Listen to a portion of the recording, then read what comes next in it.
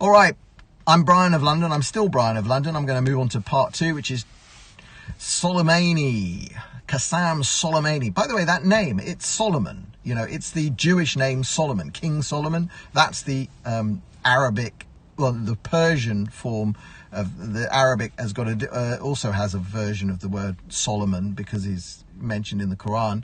I can't remember the exact how they distort Solomon in the Quran. Anyway, this appears, I'm still of the opinion that Trump knew what he was doing.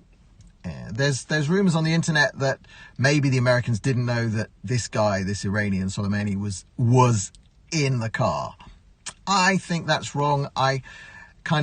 One of the data points that I'm interested is that the drones that could have done this could have been operating at quite low level. You see, when they're flying over Afghanistan or Pakistan or empty places, they're really high up, 40,000 feet, and they're way off, and they're using long lenses and so on. Because they don't want to be detected, they don't want to be heard. But when you're in the vicinity of the major Baghdad International Airport, you can fly quite low because nobody cares, you know, it's another aeroplane. So I think that they would have seen the faces of everybody in the car, and they knew exactly who they were bumping off. So that's one thing. I think Trump did this deliberately, and the reason he did it deliberately is very well articulated in a Lee Smith piece in Tablet that I shared, which basically cuts through the crap. For 40 years, America has been at war with Iran. Well, Iran has been at war with America, but they've been doing it via proxies. And to start with, in 1979, Iran was Russia's, the Soviet Union's proxy. So you didn't want America fighting the Soviet Union. So they fought all these wars as proxies. Americans would have a proxy. And in fact, the Iran-Iraq war was an America versus Soviet Union proxy war.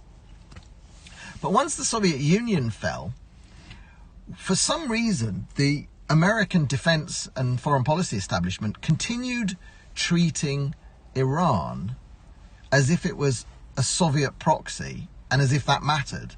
And so it didn't fully bring to bear on Iran responsibility for the actions taken by all its proxies. And it has proxies everywhere.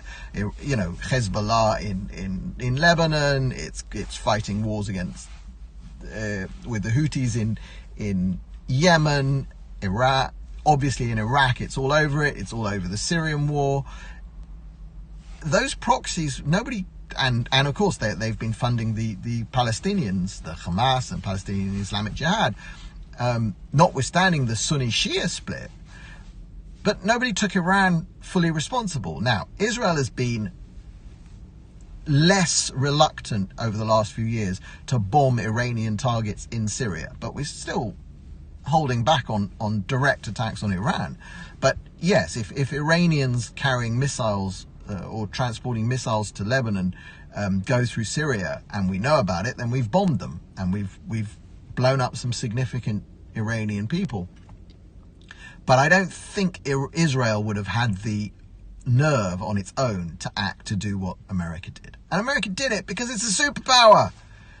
There's nothing Iran can do. Iran's paper. It's got no significant tank force. It's got no significant air force. It's got no significant air defenses. I mean, worse than having no significant air defenses, it's got air defenses that blow up Ukrainian 737s.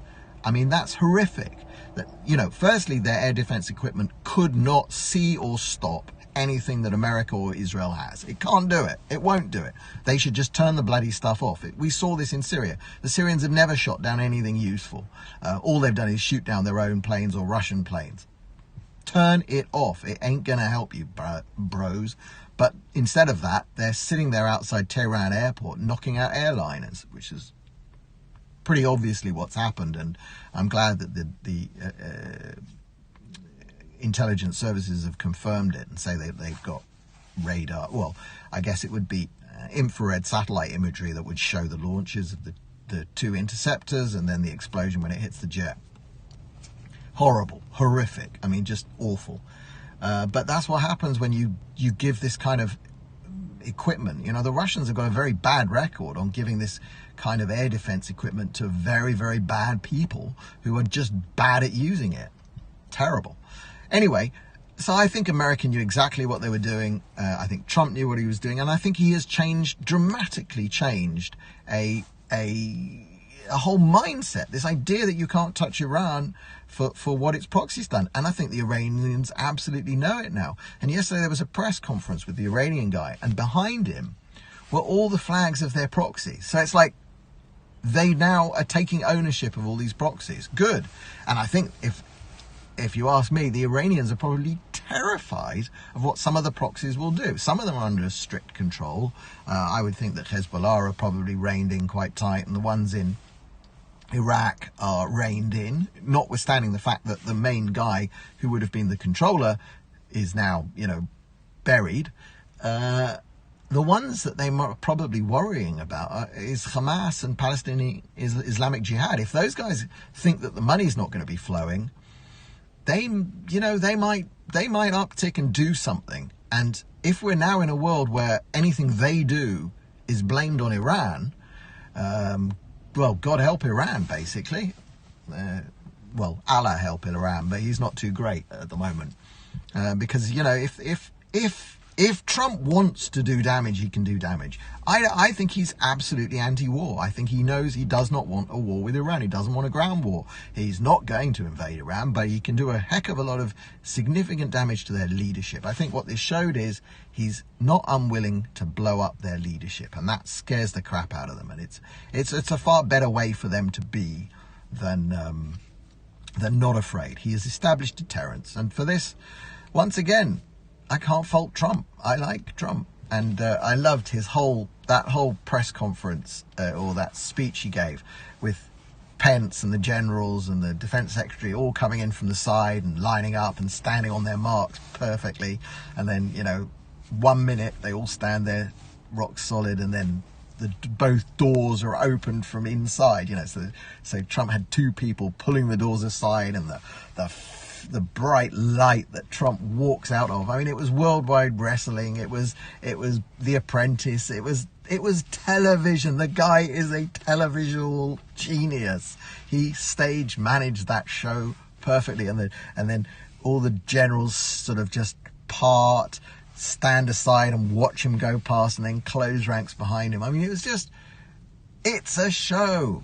And there is a show element to it, but that's also important because the Iranians are watching this show, and they see power, they see strength, they see unity, and they respect that. And the only way, you never get peace with Islam.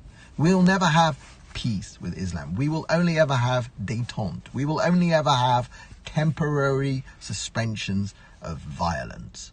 Jihad ain't going to stop. It's baked in.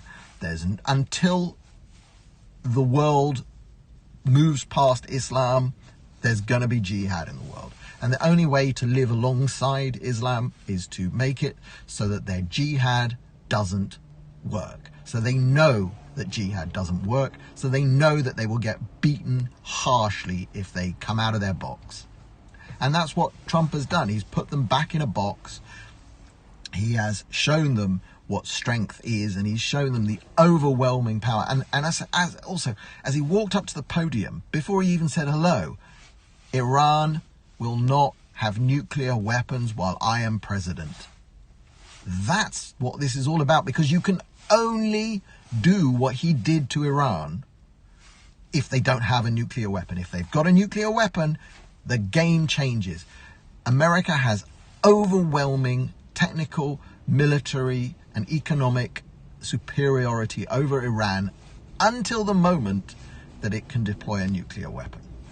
And that's why we're in a different position with North Korea. And that's why North Korea is much more, delicate. No, I'm still firmly in the Trump camp. The world would have been an absolute horrific disaster if Clinton had got in. Whoever the Democrats pick, there's no one even remotely close to being able to run anything, let alone the world. And so count me as a Trump fan. I'm Brian of London. I am still here in Israel. We have had a lot of rain, and thanks very, very much for watching. This will be out on Free Speak later. I may well divide up this into 2 different videos, so look for those later. And thanks very much for watching. As always, you can find my website, brianoflondon.me. Tip me if you like. And